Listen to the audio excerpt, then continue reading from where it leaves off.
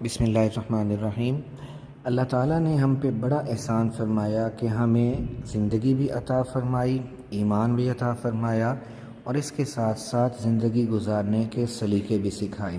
اور مزید احسان کہ اللہ تعالیٰ نے انبیاء علیہم السلام کا سلسلہ جاری فرما کر یہ احسان کیا کہ ان کی عملی زندگی کے ذریعے سے انسانوں کی رہنمائی کی، تاکہ کسی کے لیے حجت باقی نہ رہے کہ اس نے بے عملی یا بد عملی کیوں کی۔ ہماری زندگی میں ایک پہلو یہ بھی ہے کہ ہم بعض اوقات حقوق العباد کو اس انداز میں سمجھتے اور بیان کرتے ہیں کہ حقوق اللہ کی اہمیت کم ہو جاتی ہے۔ بعض اوقات انسان یہ کہہ دیتا ہے کہ حقوق اللہ کی خیر ہے، نماز پڑھو نہ پڑھو کوئی بات نہیں، ہاں کسی کا دل نہیں دکھانا چاہیے، روزہ رکھو نہ رکھو کوئی بات نہیں، دوسروں کے حقوق ادا کرنے چاہیے، اسی پہ فیصلہ ہوگا، اسی پہ بخشش ہوگی۔ تو یہ انداز بیان مناسب نہیں کہ جس سے کسی بھی عمل کی ویلیو کم ہو۔ ایسا موازنہ، ایسا تقابل، ایسا کمپیریزن قطعاً بھی درست نہیں کہ جس سے ہم اللہ کے کسی بھی حکم کی کمی سمجھیں، اس کی کمی کو دل میں لائیں۔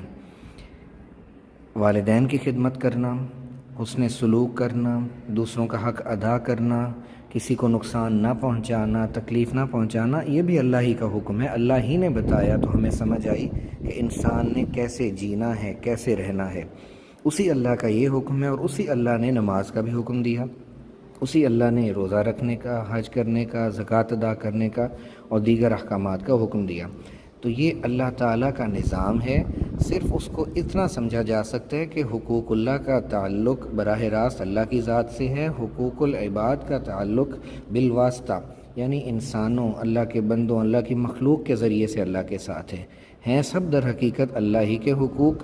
ہاں اتنا ہے کہ مخلوق خدا میں سے اگر کسی کا حق ہے تو اس کے معاف کرنے پہ منحصر ہو جاتا ہے، لیکن اس کو یوں کہنا کہ نماز کی کوئی ویلیو نہیں ہے، نماز کی اہمیت کو کم سمجھ لینا، تو یہ مناسب نہیں۔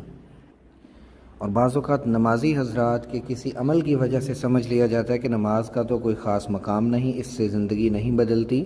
تو اس میں نماز کے معیار میں فرق ہو سکتا ہے کہ جو شخص نمازی ہے اس نے اپنی نماز کو بہتر بنانے کی کوشش نہیں کی تو یقیناً اس نماز سے وہ فوائد حاصل نہیں ہوں گے جو اللہ نے اور اللہ کے نبی صلی اللہ علیہ وآلہ وسلم نے بیان کیے۔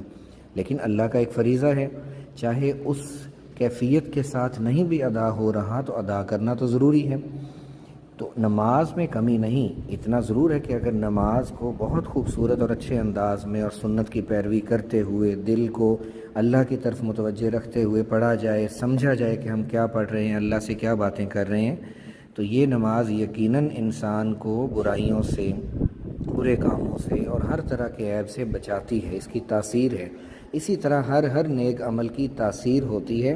تو ہم سب یہ کوشش کریں کہ اپنے اعمال کے اندر روح پیدا کریں، اپنے اعمال کے اندر روحانیت پیدا کریں، ان اعمال کو اللہ کی خاطر کرنے کی کوشش کریں اور بہتر سے بہتر بنانے کی کوشش کریں۔ تو یقیناً ہر عمل، چاہے وہ مخلوق خدا سے تعلق رکھتا ہو یا براہ راست اللہ کی ذات سے تعلق رکھتا ہو، وہ عمل ہمارے ایمان کو بھی بڑھائے گا، ہماری عملی زندگی پہ بھی اس کے اثرات مرتب ہوں گے، اور ہم انشاءاللہ دن بدن اللہ کے محبوب تر بندے بنتے چلے جائیں گے۔